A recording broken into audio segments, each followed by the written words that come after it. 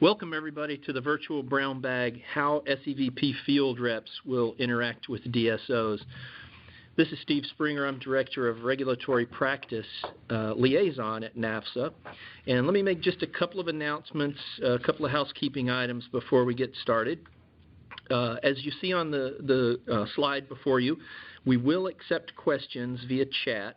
The chat box should be located on the bottom of the dashboard on the right side of your screen, or at least on the right side of your screen. So feel free to put your questions in there. Thank you very much for the questions you submitted in advance. We were able to provide a lot of questions to SEVP, but we are most happy to have any additional ones that you might have. We will post these slides on the NAFSA website as soon as possible, and check the NAFSA YouTube page for a copy of the entire presentation. We are recording it, and we'll post it on our YouTube page. So just a couple of things. I guess I'm sure you all know, but just in case anybody doesn't, I want to mention a couple of abbreviations. Of course, SEVP is the Student and Exchange Visitor Program. DSO is Designated School Official. And you'll hear Mr. Acton today talk a lot about FRU, and that's the Field Representatives Unit. So that is what we're here to do today. And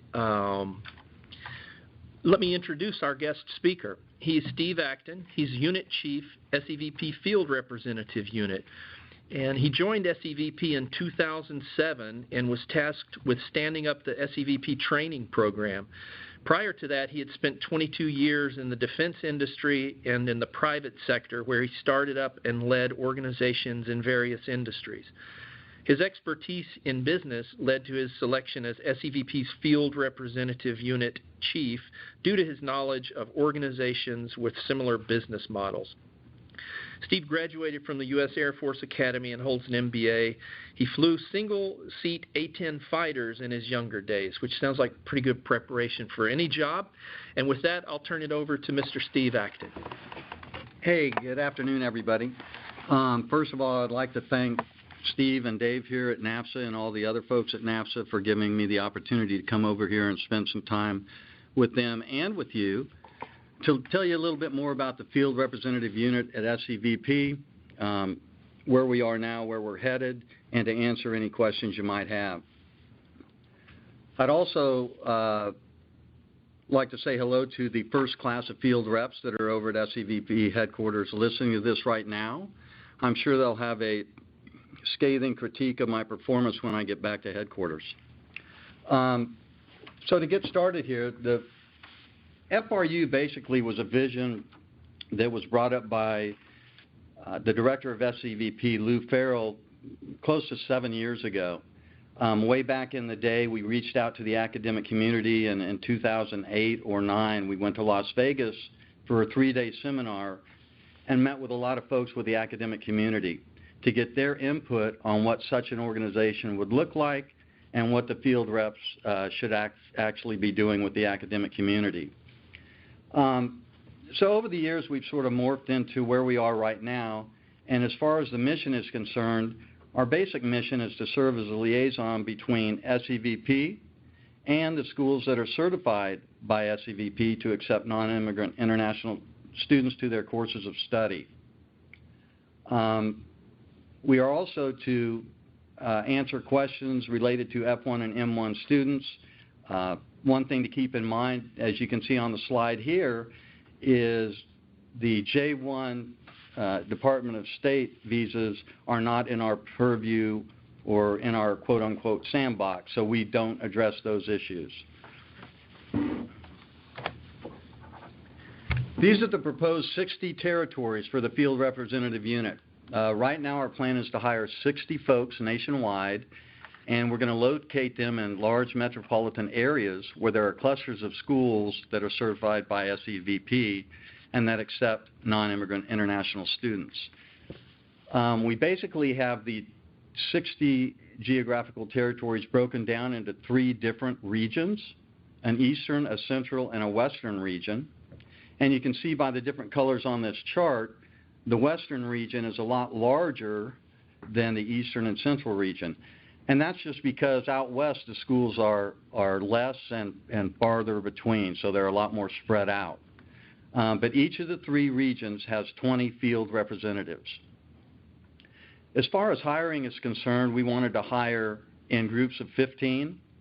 So we will have a total of 4 classes of 15 field reps, and we're in the process of kicking that off right now. When we do hire, we'll hire 5 from each of the 3 regions because we want that diversity geographically to come here to D.C. for an 8-week intensive training course. As you can imagine, the selection process is very intricate and very heated. In our first class, we announced, I think the end of September, we had more than 4,000 applicants for these 15 positions. And so there's a lot of competition. But having said that, as we move forward, I would encourage all you designated school officials out there that are interested for sure to apply, and I'll address that a little bit later. Because again, we want an 80%, 20% break in the formation of this unit and the standing up of the unit. 80% we would like to come from the academic community and 20% from SEVP. As you can imagine, we're not looking to hire folks from off the street because they just don't have the subject matter expertise we feel to become a successful field representative. So that's pretty much it on the territories. I could go through and tell you which ones we filled in the first class, but that probably wouldn't be too beneficial. But one other thing I should say about this map is on the job announcement that will be on usajobs.gov, we have 15 territories, but they're designated by city. And the reason we have to designate those by city is because logistically the field rep has to be assigned to a special agent in charge office, and those are normally in larger cities. But as you can see from this territory map, for an example, territory number 48 is based in Baltimore, but it covers the states of Maryland and Delaware. The Dallas territory number 21, that person will be headquartered in Dallas, but you can see that the territory runs over to Arkansas border and then out west to central Texas. So on the announcement on usajobs.gov, when you see specific cities, if it's one close to you or if you have this map, you can use that to gauge which territories you're interested in. We like to hire people from the territory they currently live in, wherever possible, so we're not looking to really transfer folks. The SEVP organization is here. As you can see, we have our director, Lou Farrell, and then we have internal and external operations. Internal operations on the left and external operations on the right. Rachel Canty is Director of External Ops. She's my direct report. Again, I'm Steve Acton, Chief of the Field Representative Unit, and you can see me, or my unit down there on the right side, bottom part of the page there.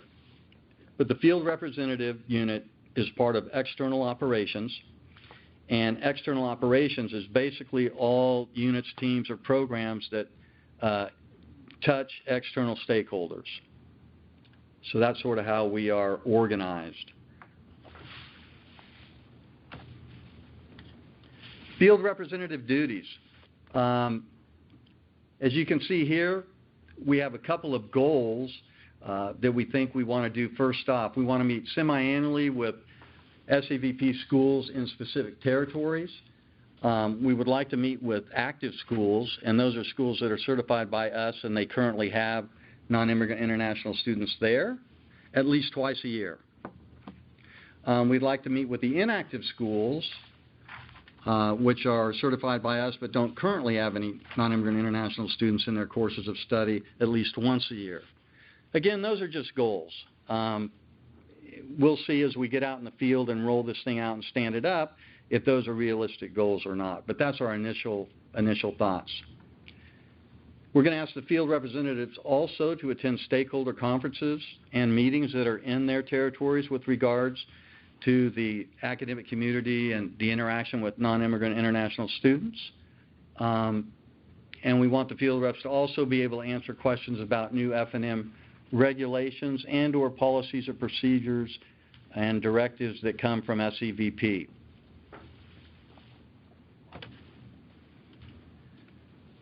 To include in that is provide training as required on those new policies, procedures, regulations, or directives. We also want to introduce resources that are available to designated school officials. We're in the process of developing a couple of leave-behinds. So after a field rep meets with the designated school officials at a school, we should hopefully have a hard copy and also email the folks after that meeting links and resources that are available to them to get a lot of their questions answered. And that will also include information from other agencies. So whether it's CBP or CIS, Department of State, you have it. They all touch the non-immigrant international student community in their different ways, and although that might not be under our purview, we would like to be able to give that information to the folks we meet with. And then we're going to conduct site visits for schools interested in initial certification. So when we get an initial I-17 petition, we're going to ask the field representative in that territory to actually go and do the initial site visit. So that's new and exciting for us. As you probably know, in the past, we've relied on contract support to do all those initial site visits, but that will be moving over to the federal side as we stand up this organization, 15 field representatives at a time. Types of institutions we're interested in, well, basically all those that are in the purview of the non-immigrant international student community and their family members and the like. K through 12, you can see their private and secondary schools, higher education universities, vocational schools as far as M visas are concerned, and in addition, flight schools, religious schools, and language schools. One thing to keep in mind, some of you may have heard me speak in the past, but for those of you who have not, this entire organization, as we move forward, is a learning and changing and morphing organization. You know, back in the day when I came on board with SEVP 7 years ago, TSA had a certain requirement regarding flight schools and what was under their purview and not. And over the years, that's changed a little bit. But I would like to say that as we stand up and roll out the field representative unit, we are totally expecting to have to adjust and change based on what we see in the field and how we can better serve the academic community. Because the bottom line is we're here to provide customer service for you DSOs out there in the field. Training topics. Well, again, it can be on the rules and regulations that we have, 8 CFR 214, 3, and 4, that you all are totally familiar with. Also, new SEVP policies and procedures or directives. Specific areas of legislation or regulation requested by a school. So what I'll talk about a little bit later is there will be no notice, quote unquote, visits. We're here to help you, so these are all going to be scheduled with a designated school official in advance of the meeting. So in that correspondence beforehand, the field rep will be asking you, hey, is there anything specifically that you would like to cover? And that's your chance to say, hey, yeah, we'd like you to talk about this or this or this. We had a question on that, or what have you. So basically, before a meeting with you, we're going to try to customize that meeting to suit your needs. Again, on the very bottom, you can see, I'll reiterate that the field reps will not address topics that don't come under our purview. If they have to do with CIS or CBP or Department of State, TSA, and the like, we'll be able to direct you to points of contact in those organizations, but we won't speak on behalf of those organizations, or we won't get into their sandbox, so to speak. Field representative schedule. Well, again, we're just guessing what we think it ought to look like. We expect the field reps to normally be out in the field visiting with schools 4 days a week. We think it ought to be maybe a visit in the morning and a visit in the afternoon. Again, that's just a guess. And then we'd like them to be at home in their home office doing administrative duties 1 day a week. As you can imagine, if they're meeting with 8 to 10 schools per week, there's going to be a lot of follow-up and a lot of interaction and a lot of scheduling for the following weeks and things like that. So they're going to need a day in their home office to take care of all that stuff. So this is what we think their schedule is going to look like. As far as hours, we're going to be on a flex schedule. As you can imagine, it's not going to be 8 to 5. But the field reps are going to have to logistically manage their territory. Some are a lot smaller. The schools are a lot closer together. If you look at New York City, the field rep there has all his schools probably in a 20 to 30 mile square area. If you look out at the Colorado field rep, they have the entire state of Colorado. So they're going to have to logistically manage their territory, and that includes driving. If you look at the state of Oregon, our Portland rep is going to cover the entire state of Oregon. That person may live up north in Portland and work that area for a while, but then they're eventually going to go down to the southern part of the state to visit those schools and maybe have to stay there overnight for a number of days in a hotel or whatever. So there are logistical issues that we have to take into account when we're covering these different territories. So the schedule is going to be a flex schedule. Some days will be 12-hour days. Excuse me. Some days will be a little shorter. But again, working for the federal government, we're required to maintain basically 40 hours a week or 80 hours in a pay period. So we're going to have to manage that. Implementation schedule.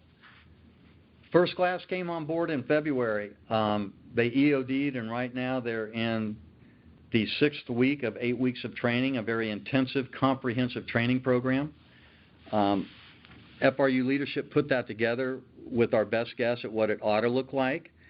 And I'm really proud of the way that the first class is helping us redefine and tweak that training program to be better for the following class. And I can't say enough. We can guess about what we think this should all look like, but as we move forward, we're going to have to tweak the program out in the field and the training program to make it the best we can possibly make it. So the first class came on board. They're training right now. They graduate on April 18th, and they should hit the field around the 1st of May. It gives me great pleasure to give you the following information. I found out this morning that there's a 99% chance that we're going to receive official go-ahead to announce the second class today. And if that's the case, which I feel very, very confident it is, we'll be looking to announce the second class of field representatives around the first week of May. So that's, 3 or 4 weeks away. So having said that, when we announce the classes, again, 15 at a time, we're going to hire 5 more from each of the 3 regions. On the job announcement on usajobs.gov, we will put the specific cities, and those cities are not just the city, but in the area around it. But that'll be all announced on usajobs.gov first week in May. In addition to that, we will send out a broadcast message announcing that and tell everybody that the positions are being announced and the open and close date. They're normally open on USA Jobs for a 2-week period. So if you're interested, you'll basically have 2 weeks to go on there, complete the application process, and push submit. In the application process, there are a number of questions to answer when you're going through the application, as well as submitting a resume. We have some information that I'll show you a little bit later on tips for applying to government jobs, but the bottom line is don't be shy. If you want one of these positions and want to be considered, you must make the certification list that comes from Dallas. And in order to make that list, you must have a very strong resume, and you must answer the questions in a very good way to make it explicit that you're qualified for the position. It's an ongoing process to sort of educate the HR folks in Dallas about what we're looking for and the qualifications.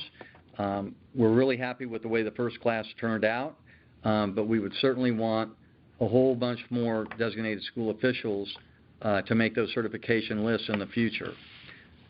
Again, we're looking for an 80%, 20% split between the academic community and folks that have worked at SEVP.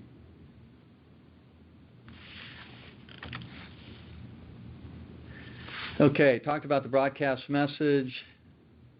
Very competitive. Don't be shy on your resume or when you answer those questions. Give yourself the credit you're due. And at the bottom of this page, if you go to that website, it'll give you some tips on applying for federal positions. It's not anything like it is in the civilian world. It's totally different.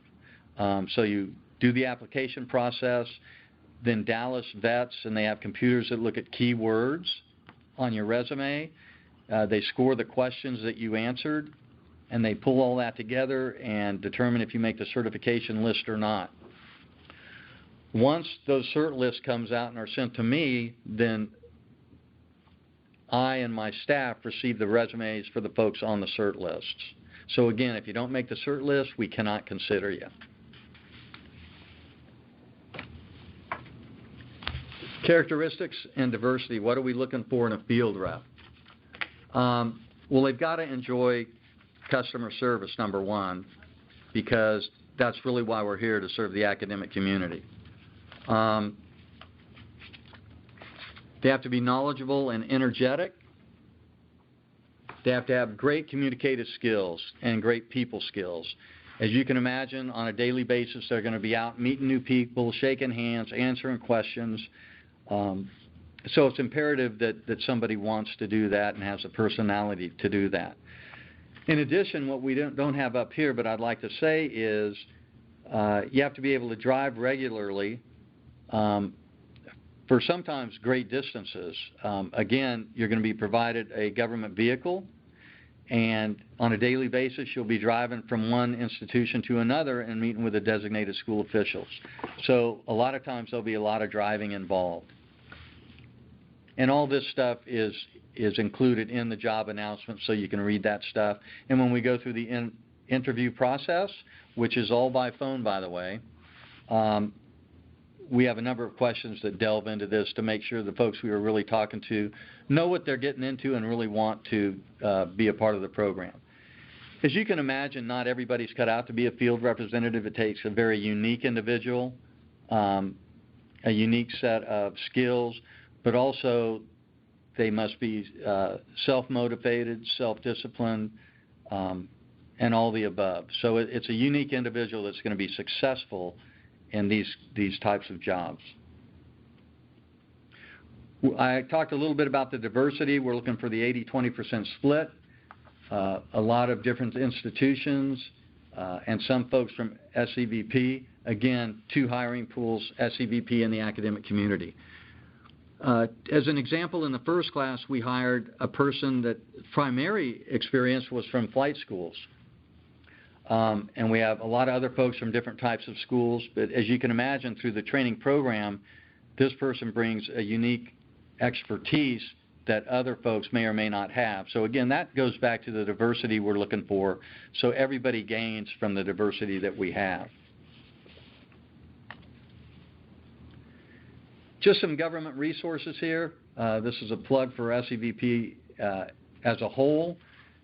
Hopefully you know that we have a Study in the States website, which is a really robust website with a lot of good information on it. If you're not familiar with it, I would suggest please go to Study in the States and check it out. We also have social media platforms, Twitter, Facebook, and the blog there. That's way too high-tech for me, so I leave that to the StratComms folks. And then we have a couple publications, the Spotlight newsletter that goes out quarterly and a conference bulletin we send out monthly. So I'd encourage you to go to those different resources. We value your feedback. We can only improve if we get input from the folks we interact with. So you can go to Study in the States there, and you can fill out surveys. Pre-submitted questions.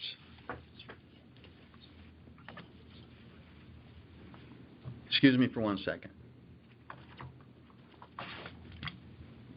Please describe the structure organization of the FRU and its role within SEVP. Hopefully I did that with the previous slides. We're part of external ops, which is part of internal ops and external ops, which make up SEVP. The Field Representative Unit has 3 different sections that correlate to the 3 different regions, and my direct reports are section chiefs, GS-14s, that each lead one of the 3 regions. We also have a fleet manager who's going to manage the fleet of 60 vehicles, and we will have a knowledge analyst in the future that makes sure we're all on the same page SEVP-wise with new information coming out. So that's pretty much it on the organization, and hopefully previous slides covered that. Question: additional details about the function of the field rep. How will the field representatives receive questions from the designated school officials? Well, we think they'll receive them primarily by email or phone. As I mentioned earlier, none of the visits should be no notice. So we should the field rep should contact the designated school official in advance, set up a good time and date for their meeting, and then at that time, if the designated school official has anything specifically they would like to cover in the meeting, they're welcome to let the field rep know at that point. The only instance where there may be a no-notice stop by or drive by a field rep is if they've been trying to set up a meeting with a institution for a number of months and have not heard anything at all. They may stop by if they're in the local area and meet the folks and try to set up a meeting. But that should be normally the only time that a field rep ever stops by an academic institution unannounced. What level of expertise can be expected from field reps? Well, we'd like them to know everything. The more they know, the more they can be of service to the academic community. Real world, different people have different strengths and different weaknesses based on the background that they're coming from. But again, with the 2 hiring pools we look at, we're looking at subject matter expertise from either the federal side or the academic community side to make up these classes. So we have a minimum level of excellence that we're looking for at the end of the 8-week training course. So we bring people in from different backgrounds, we train them up, and when they graduate, we hope that they're all at a minimum level of expertise. So they should know a whole lot of stuff. Can they answer all your questions all the time? Of course not.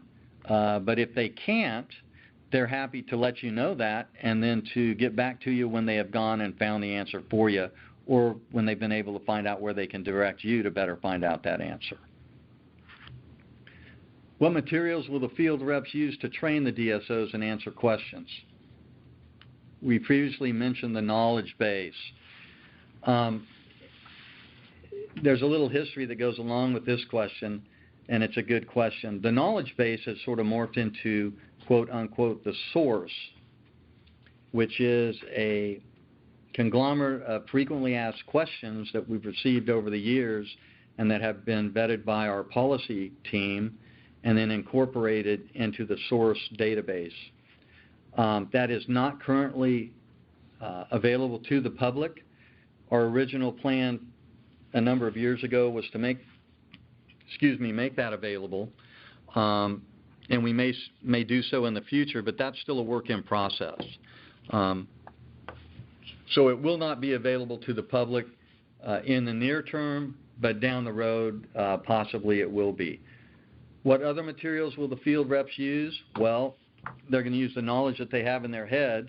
They're going to use HCFR, which they have with them.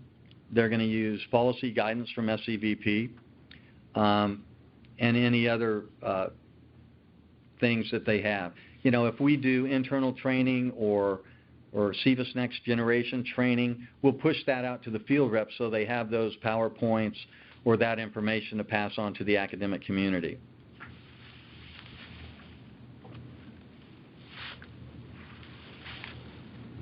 Please provide additional details about the function of the field reps. Reviewing non-immigrant student files. Well, the first class educated me on the inaccuracy of that statement. I shouldn't be saying non-immigrant student files because that includes more than just the student SEVS records. That includes ancillary information that we would not be privy to or need. So I retract the statement on reviewing non-immigrant student files. And as we've gone through this class, we've had discussions on this and whether there was a need or a purpose to do this.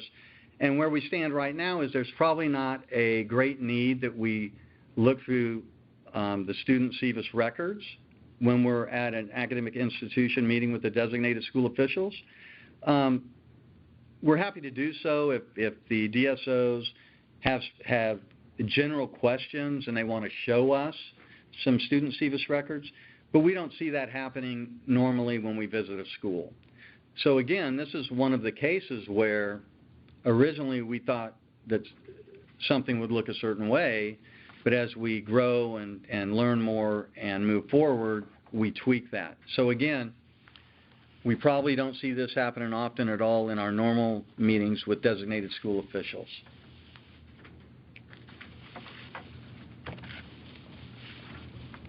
Please provide additional details about function of the field reps. Again, conducting site visits. So I've got to do a couple of definitions here. The first definition is site visit. That is a site visit that is tied to an initial I-17 petition and or an upgrade or recertification site visit that's required. I mentioned earlier that right now contract employees take care of those site visits. That's going to move over to the federal side. So in the future, the field reps will be tasked with doing initial I-17 petition site visits and then some other ancillary site visits. The other definition is school visit. When I mention and talk about a school visit, those are the visits that the field reps will be doing on a daily basis with the designated school officials at academic institutions. So they'll be in their car and they'll be doing 1 or 2 school visits per day, 4 days a week. So hopefully that clarifies the difference between a site visit and a school visit.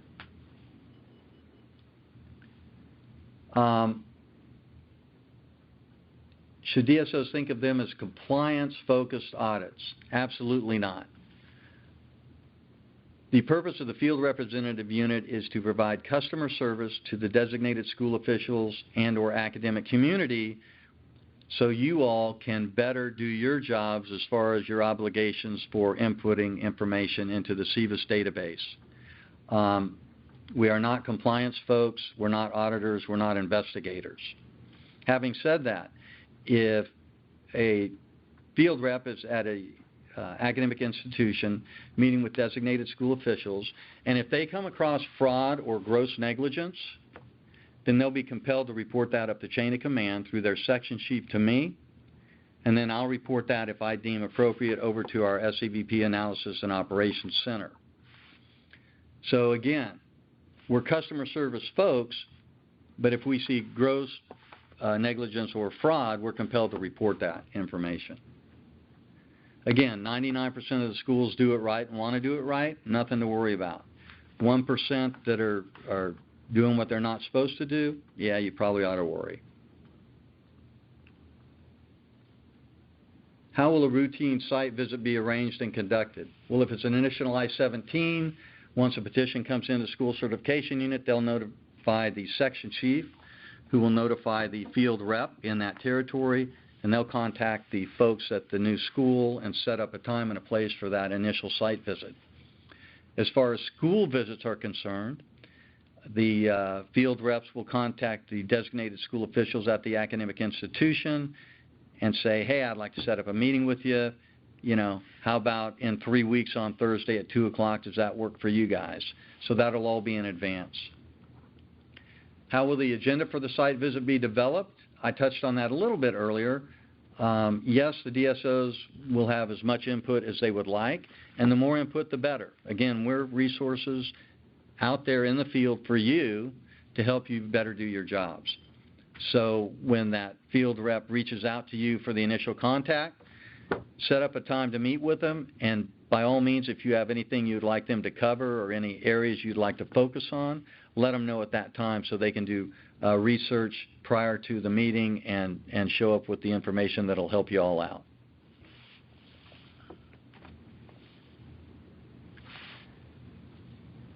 Attending conferences and meetings. Yep, that's one of the ancillary duties of the field rep. So any conferences or meetings in their territory that apply to non-immigrant international students, we would expect them to be there. Again, with a field rep living in a local area, we want them to get to know the academic community in their area on an individual basis with designated school officials, and we want to build that rapport and that trust with the community. Again, this is a partnership as we move forward. We're all in this together, and we want to work together to make sure that we're all moving forward and doing it correctly. As far as setting up a meeting, you can contact the field rep in your local area, and or you can contact the conference planning section at SEVP.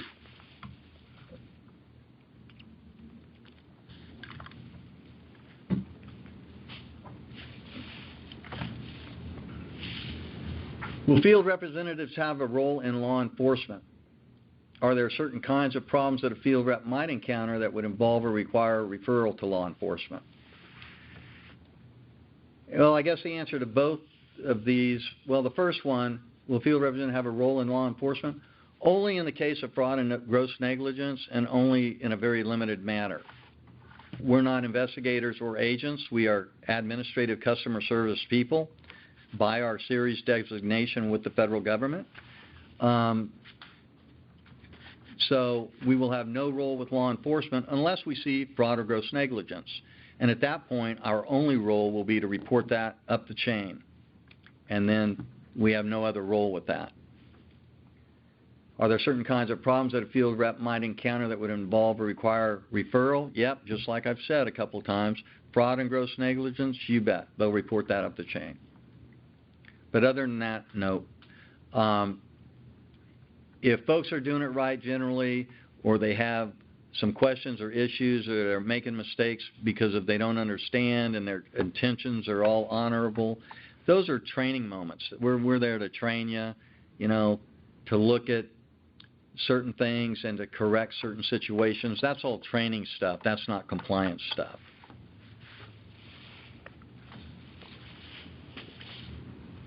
How will SEVP ensure that a large staff of field reps spread throughout the country will have a consistent approach and provide consistent information? What a great question, and what a great challenge. With this business model and folks working remotely throughout the country, it's hard to stay connected without a lot of effort. We're going to stay connected through almost daily communication by phone and email, but for sure by a formal phone call once a week on the admin day for the field rep to their section chief. We're also going to have leadership, their section chiefs and myself, go out to the field to different territories and work with the field representatives in the field at least a couple of times a year, sometimes more. So we're going to not just train the folks up and put them out in the field and never talk to them again. We're going to be involved on a consistent basis. In addition, our plan is to bring back all 60 field reps once a year to D.C. to our headquarters, and probably in December for our holiday party, but then have a 3 or 4 day training session where we look at the year that just passed. What are we doing well? Where do we need to improve? What's coming up for the next year? What do we need to plan for? What news coming out with SEVIS Next Generation, and things like that. So we're not just going to hire people, train them, and put them out in the field and never see them again. In addition to that, we need to have quality control. And there's, I believe, a question later that talks about feedback. So I'll talk about quality control when we talk about that question later. I would like to mention also that we're going to have a knowledge analyst. I have that billet, and that billet's moved to another unit a couple years ago, but hopefully in the next 6 months or so, we'll be able to fill that billet with a knowledge analyst. And what this person will be required to do, their primary function, will be to make sure that we're all on the same page. So if there's a new regulation that comes out or there's a new policy directive, this knowledge analyst will make sure that all external facing and internal units at SEVP are aware of that information in near real time. So if you call the SRC, our response center or call center, or if you call SCU, School Cert, or if you call your field rep, you should get pretty much the same answer every time, no matter who you talk to. That's a huge challenge, and those of you that have been doing this for quite a while know that that's been an ongoing challenge with us over the years, but we think having a knowledge analyst will really help that. Again, we need to all be on the same page with the same information near real time.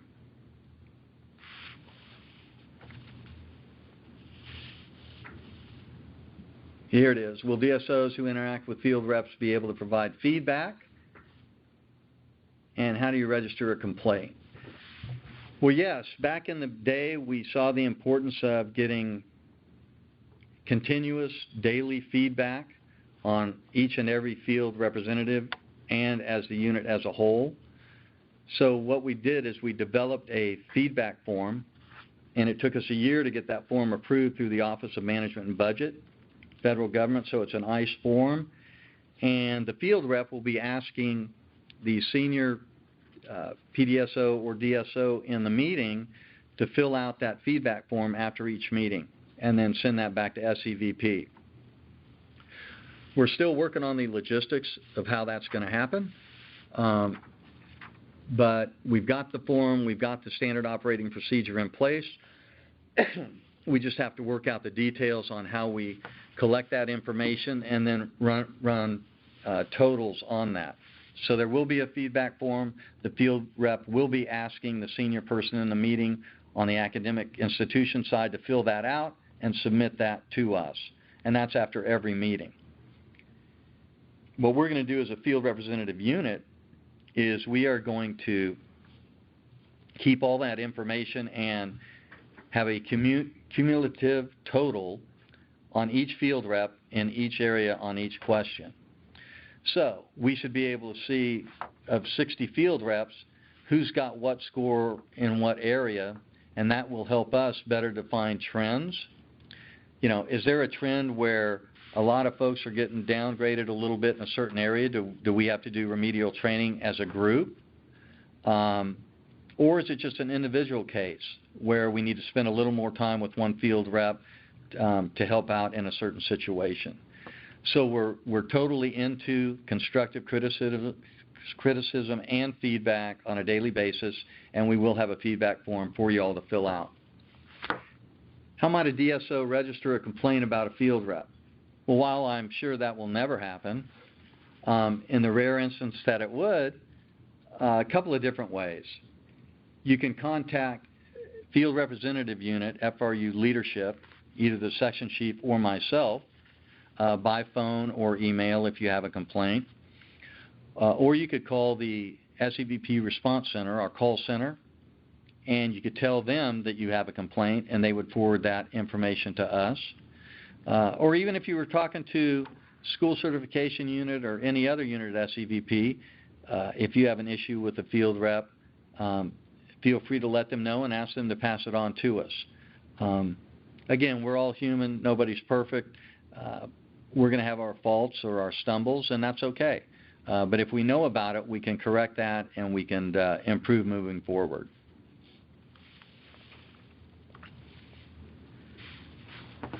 If a DSO should have a difference of opinion with a field rep on a matter of law, policy, or practice, will there be a process for reviewing the field representative's approach or source of information?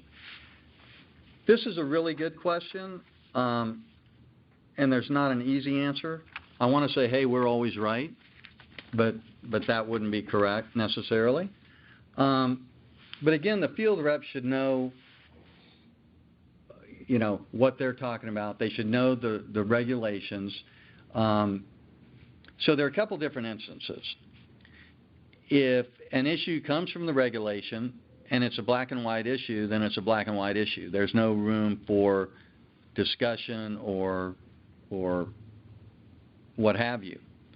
Then you may have an issue in the regulation where it's sort of a gray area, and maybe there is room for discussion, but maybe there is a policy directive that has come from SEVP and been approved by our policy team and OPLA, which is Office of Principal Legal Advisor. Then the field rep would give you that guidance, that policy guidance, to better clarify the gray area in the regulation. That pretty much is what it is, and you should follow that stuff. Now, there's the third case in an instance where there's gray area in the regulation and there is no policy guidance from SEVP. And we know those issues are out there, and they happen, and they will continue to happen just because the regs were written a long time ago and they're nebulous in certain areas because that's just the way they are. But in those gray area cases, what we like to say is you should have a best practice in place, and you should be consistent with that best practice. So those are sort of the three different scenarios that I see normally coming up. If there is a difference between what a designated school official feels and a field rep feels, basically we're not there to tell you all what to do. We're there to answer your questions and give you guidance if you request that. We don't want to get down in the weeds with specific instances when it comes to a certain student here or there or whatever, because you guys know the regulations, and you have the obligation to comply with those regulations to the best of your ability when you're certified to admit non-immigrant international students to your courses of study by SEVP. So, having said that, the field reps aren't going to tell you what to do, or you don't do this, or this is wrong and you have to do that. They will guide you. If the regulation and it's black and white, they'll tell you that and show you in the regulation where it is, and you do what you want to do. So again, their field rep is not there to tell you what to do or how to do it. They're just to assist you when you have questions. If there is a difference in opinion, they can report it to their section chief, or you guys can send an email to us and say, hey, this was the issue, we have a different opinion, you know, where do we go from there? I hope that answers that question. For specific questions here, you can contact the SEVP Response Center. That's our call center. For technical issues, contact the SEVIS Help Desk. I do want to say here that some people have said to me, well, when a field rep's in my territory, do I just contact my field rep? And the answer is no. You'll just have another option. So if you have a field rep in your territory and you know that they're out in the field on a daily basis in meetings with other designated school officials, and they may not be able to get back to you in an hourly basis, you know, it may take 2 or 3 days for them to get back to you.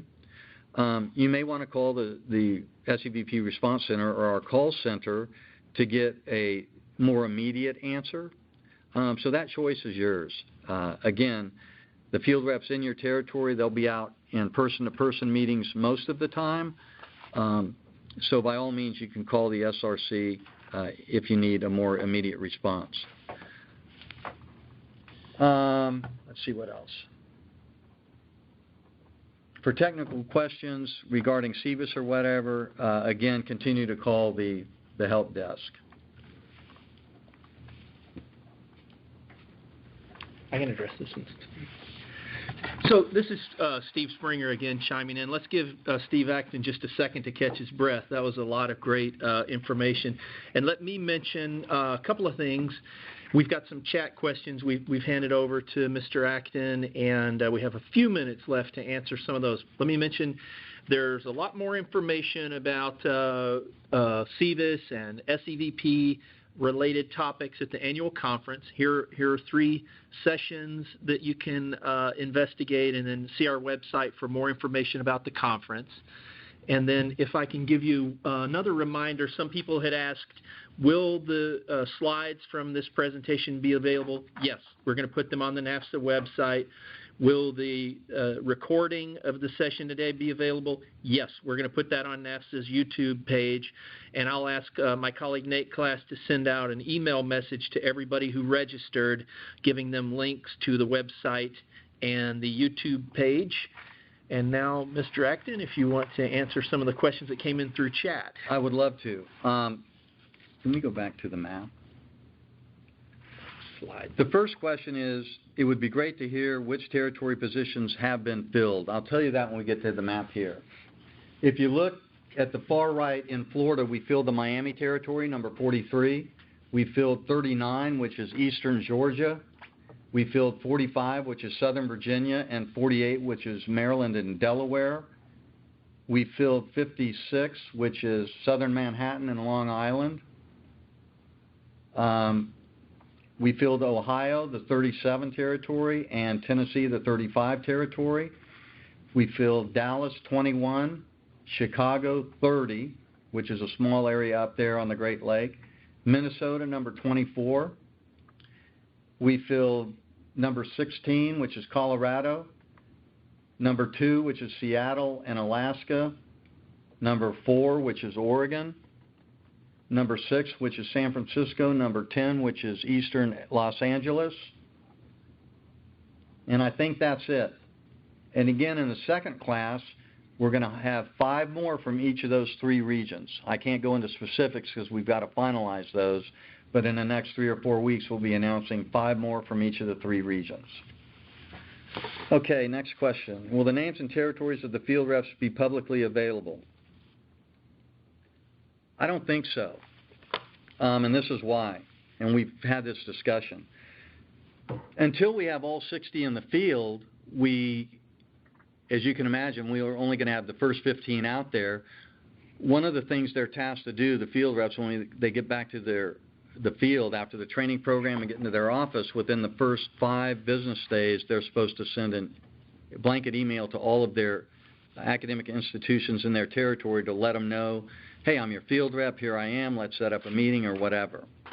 As you can imagine, if we make that public knowledge, then these 15 field reps will probably start getting phone calls from all over the nation because, hey, here's a field rep not really in my territory, there's not one yet, but I'm going to call this person or this person or this person. So for logistical reasons, in the beginning, we're probably not going to publish that. If you have a field rep in your territory, you'll hear from them. And if you don't hear from anybody by the first half of May, then there's probably not a field rep in your territory at that point. For specific guidance, you can call FRU leadership, myself, or the SRC and ask for further clarification. Once we have all 60 field reps and all billets filled, then yeah, we should probably have public knowledge there because everybody will be directed to the field rep in their territory. I hope that makes sense, but we batted that around before coming to that decision. Where will the job postings be found? Again, that's on usajobs.gov. That is a government website. Type in a keyword search, field representative, or student exchange visitor program, or SEVP in the search, and that'll pull up all jobs that have been announced. It should be around the first week in May. If you haven't done so, go to usajobs.gov and open an account. Put in that you want an account alert, so if any of those keywords I just mentioned comes up on the site, you'll get an email from them saying, hey, go look at this position. And also, we're going to do a broadcast message, so all you guys and gals in SEVA should be able to see that when we post it. Will field reps have access to SEVAs? Yes, they will. That's part of their job. They'll need to know what's going on in SEVAS and SEVAS Next Generation as we make enhancements to the SEVAS database. Will this be replacing the SEVAS Help Desk and Resource Center? No, it won't, just like I talked about earlier. Technical questions go to the Help Desk. The SEVAS Response Center, SRC, call center is always going to be there. One thing I didn't mention earlier is the field reps will not deal at all with non-immigrant international students. I mean, zero. As you can imagine, if we had to interact with those folks, there would never be time for anything else because of the million are here that are here every year. So we're only going to deal with designated school officials in the field. That's the job of the field representative. All the non-immigrant international students will continue to contact the SRC as they do now. Will local campus sentinel visits continue after field rep is assigned? I imagine they will. Campus sentinel is a part of the CTCEU, which is not connected in any way to the field representative unit at SEVP. So they do what they do, we do what we do. Two separate issues. How often per academic year would field reps visit? How often per academic year would we visit any given school? I mentioned that earlier. For active schools that have students there currently, non-immigrant international students there currently, we'd like to do it twice a year. If they don't currently have non-immigrant international students, then at least once a year. We don't know if we can make that happen. That's just a goal. What is the approximate salary starting range for a field rep? Good question. I can't go into specifics, but there are different levels, GS 9, 11, 12, and 13. The government pays well.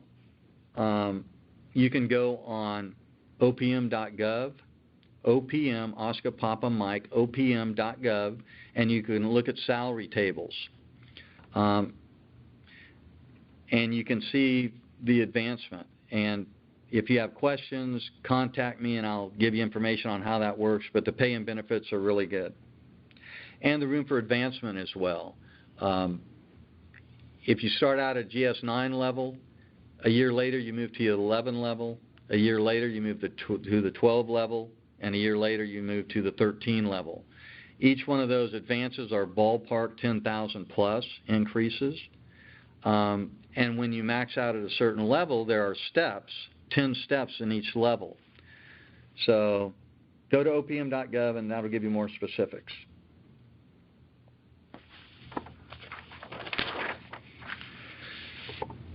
May field reps maintain a membership with NAFSA? That's one of the ethical questions that we had. We have ethics training, and that's a very good point. I think they can maintain membership, but they can't represent NAFSA formally, and they can't speak on behalf of NAFSA, and they can't, do stuff like that. As you can imagine, perception is just as much as reality when it comes to ethics in the federal government. So we're still sorting through that.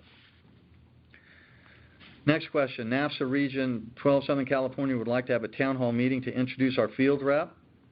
That's a great idea. Region 12 Southern California. We do have the Eastern LA position, Los Angeles position filled, and that person will be there the first part of May.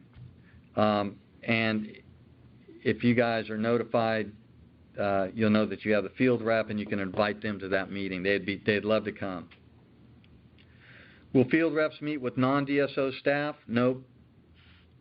Will our field rep be our new contact for policy questions, or should we still contact the SEVP Response Center? Again, you can do either or. You can contact the field rep, and if you need a quicker answer, you may contact SEVP Response Center as well. And then the last question I see right now is, will field reps provide on-site training, and how do we contact an FR in our region? Well, first of all, the FR will contact you with a blanket email in the very beginning to set up that appointment, and once you have that contact information, you can contact them anytime.